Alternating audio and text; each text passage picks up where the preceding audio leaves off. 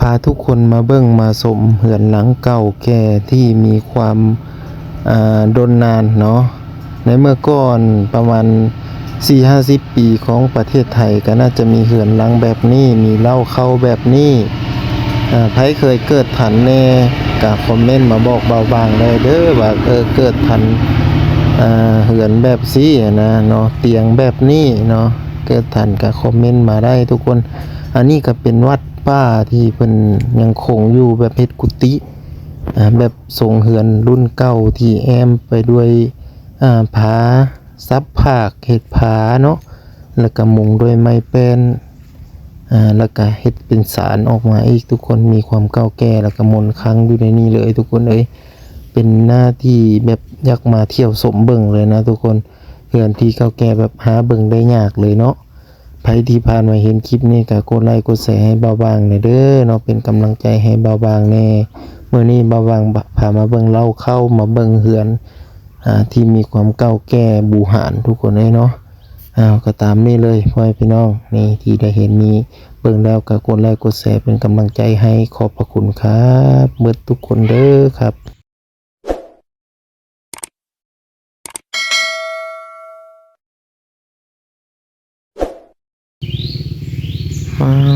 พี่โทอันนี้คือวัดที่มีความเก่าแก่แล้วก็มีความมีมนต์ครั้งมนต์เสน่ห์ให้คนดึงดูดคนมาเบิ่งทุกคนอันนี้มันมีทั้งแม่ขาวกุฏิแม่ขาวและก็กุฏิพระสงฆ์วัดแห่งนี้คือวัดผลงามเด้อทุกคนเป็นวัดป่าปฏิบัติธรรมแล้วก็มีทานใหญ่ที่เพิ่นประจำอยู่วัดแห่งนี้ว่าบ้างก็เป็นครั้งที่2ก็ได้ที่ว่าเข้ามาทุกคนไปสิเข้าไปพูดนะป้าขี่กระป๋อมไม่ก็คือมาใหญ่แท้ทุกคนอันนี้ขออนุญาตถ่ายวิดีโอเด้อเนาะใครยังบ่ทันเคยเห็นเนาะก็สิเห็นหลายๆคนที่เพิ่นได้มาถ่ายอยู่ทุกคนวัดแห่งนี้นะป้าที่เดียวอันนี้แม่ขาวเพิ่นจะอยู่พี่ทุกคนคักเนาะงามแล้วก็สะอาดพร้อมทุกคนแปะเนื้อเติร์ดเลยวัดเพิ่นนี่มีเหือมีนั่นนี่ทุกคนกุฏิเพิ่นหลังบากใหญ่ๆนึงบนทิพย์มาสร้างมานี่น้ำเพิ่นนี่ทุกคน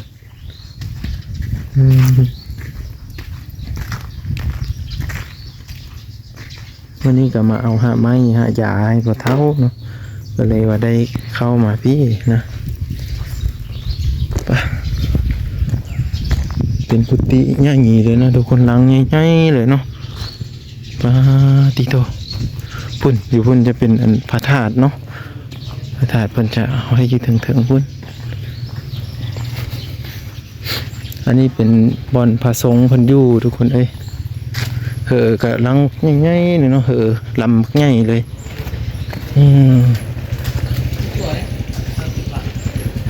อันนี้เป็นวัดที่เก่าแก่เลยนะเบิ่งนี่ทุกคนเบิ่งจากอันกุฏิเพิ่นนี่ปาติโต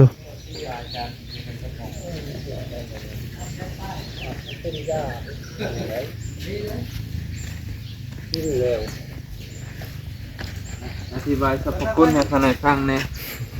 สบายดีพี่น้องเนาะมันจะขนาดอยากฟังสรรพคุณมันขออนุญาตถ่ายวิดีโอในเด้อค่ะนะเพื่อรู้ให้ร้านทาง YouTube ได้เบิ่ง พี่น้องทาง YouTube สมมติว่ากินแล้วมันโกกี้กูถอกลันมัดออกแล้วโต๊ดหลังต้นไล่ออกแล้วมันทุกชีบ่เมื่อย บ่เมื่อย คือพญาติเพิ่นน่ะตามที่หมอไปเอโกหันว่ากับลำไส้ติดเชื้อมันแบบนี้นะติดเชื้อคือเพิ่นมันจะเค็งเขาเนี่ยมันจะเค็งไตสะดือ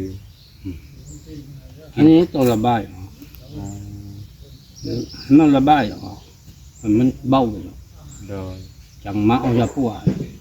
อันนี้เอาตัวระบายก่อนกินระบายซะก่อนกินระบายซะก่อนแล้วจังมาเอายาปัวจังเอายาปวดเอาบ่ให้ตื่นมัน บ่ให้ตื่นเนี่ยมันเจ็บ เดี๋ยวมันรันคือกับ บ่ให้ตื่น โต๊ดหลังโต๊ดไร อ๋อว่าเป็นเรื่องปกติมันกำลังรักษาอยู่ มันกำลังระบายออก เออเดินต้มจักชุดขนาดนี้จักทงหนึ่งนี่จักน้ แบ่งซอง ำโอ้ ช่อง แบ่ง2หม้อ ลองหมอเดินหลังจากนั้นต้องสุดกับประมาณ ต้มเคี่ยวจนมันนั่นบอกเขาหน่อยเดือจังได๋ มันขนาดมันเข่งท้องขับท้องตัวนี้ระบายออก เด้อ เอา โอ้ ให้มันเข่ง เด้อ มันเข่งเอาตัวนี้ระบายออก อ๋อ เนาะ เป็นยาระบายไงกัน เดิน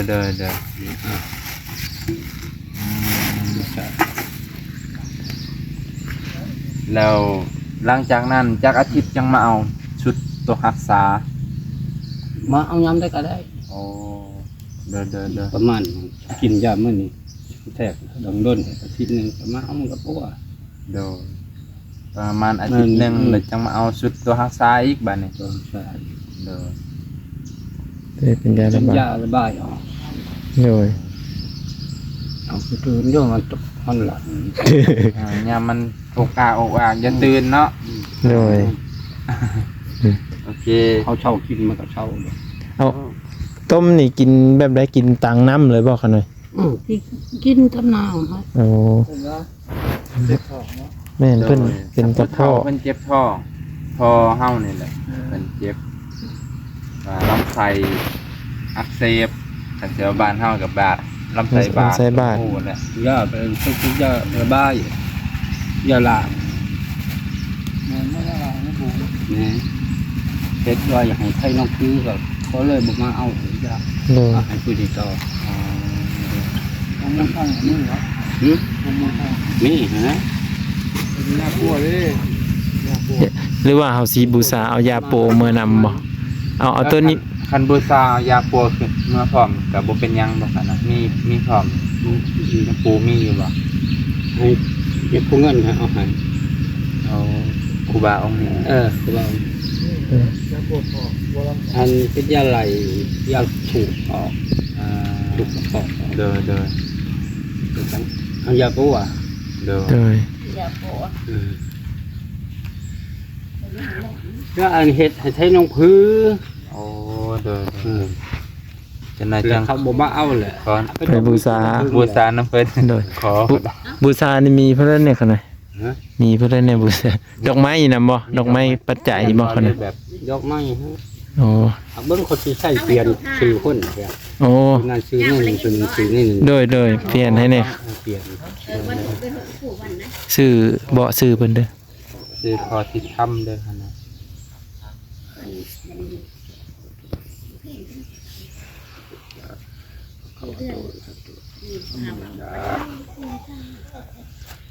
ตัวนี้ใช้ หาดอกไม้ เดี๋ยวให้ดอกไม้สิไปหาซื้อสอนกอไผ่เพิ่นนี่เด้ ใช้ผมจีบคนลุกสองน้องเลยน้องเงินเสียเขาตัวเขามาเขามาใบนี่ชอบน้องอยากเขาตัวเขามาตัวสุดท้าย ตามเด้ออย่ามาเขาอย่า ที่ ขอ ทำมันเป็นยาก สัญญาเลย ผมอยากให้มันให้ ผู้วันสัญญาเลย พอทิศค พอจุดคำเมืองใหม่ว่า มึงจำพร ำพร มีจำพรเนาะ บ้านกะลาง บางกาลางเป็นส่วนตัวนะ อย่าแหงหน้า มัน นะ เป็นยาเป็นต้องมาหายาหามันไปทำพอจุดคำจุดจำพรบางกาลางช่วงมันเช้านะมันเป็นยาเป็นที่พอมายาหามันนี่ในช่วงเขาจุดในท้องแล้ว โดยเจ็บในท้อง จุดในท้องถึงท้องแล้ว โดยเคียงทอง ช่วงเช้าตายนะแต่ว่านอนเนี่ย โตส่งให้เช้า เราเก็บยาหยำแต่ว่านอนยาเราเอายาปัญญามาเก็บเศษในนั้นนะเล็กส่วนที่สัก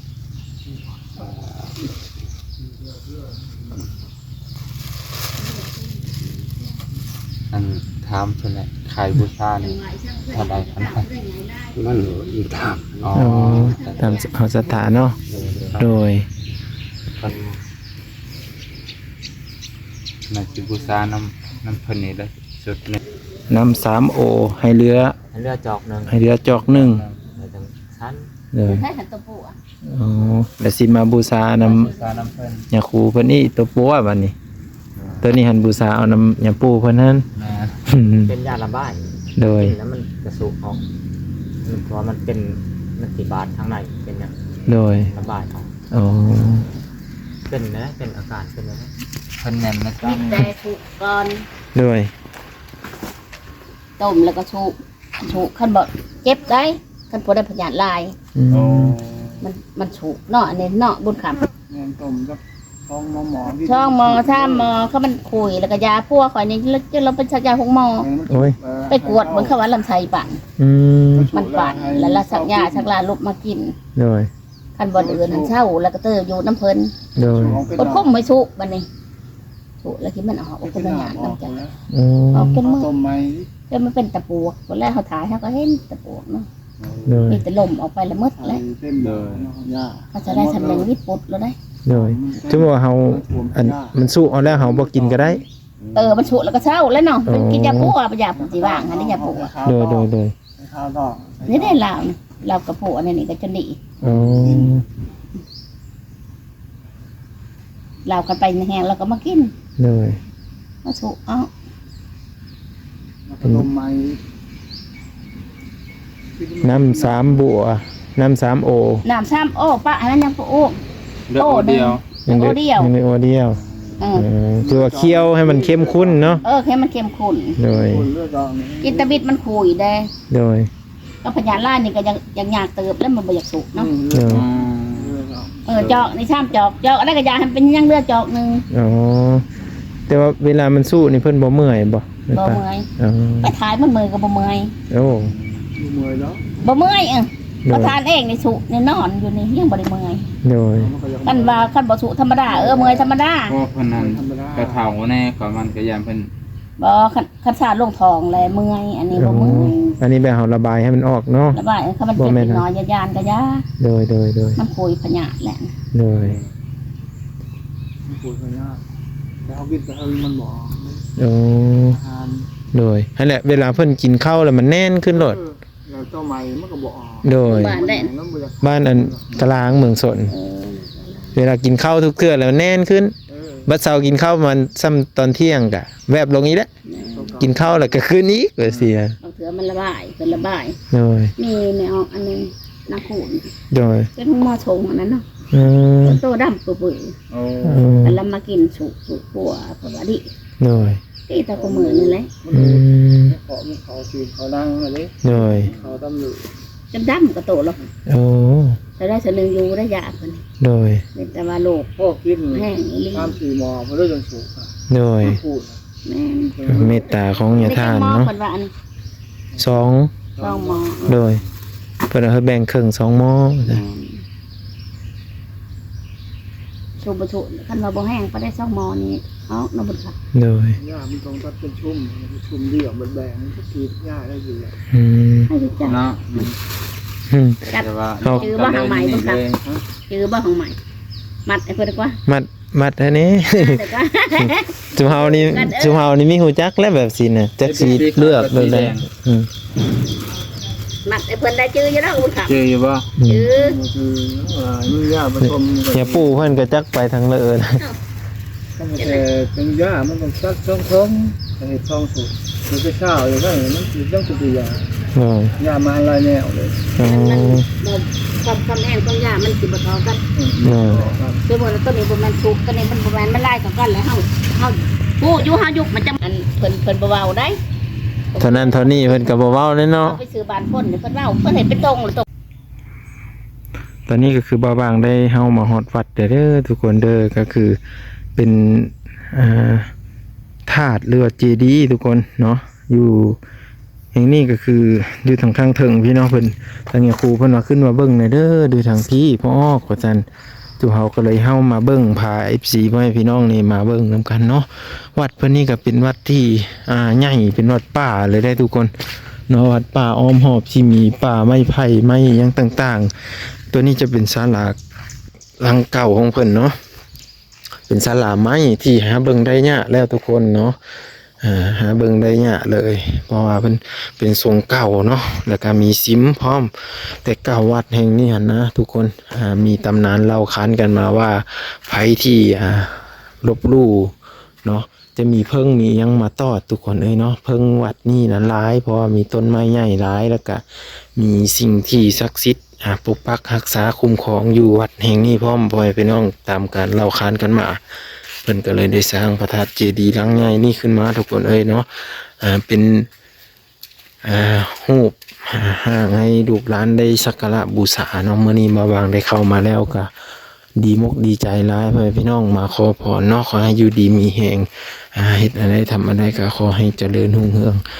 นำแม่นางพลงามเพิ่นนี่แหละทุกคนเนาะนี่เด้เพิ่นก็จะเฮ็ดรูปไว้เป็นจังได๋ก็มาเบิ่งนำกันทุกคนเนาะสุภาพกสิบนี่จะเป็นพระธาตุโพนงามเด้อทุกคนเด้อซื้อเพิ่นเนาะไป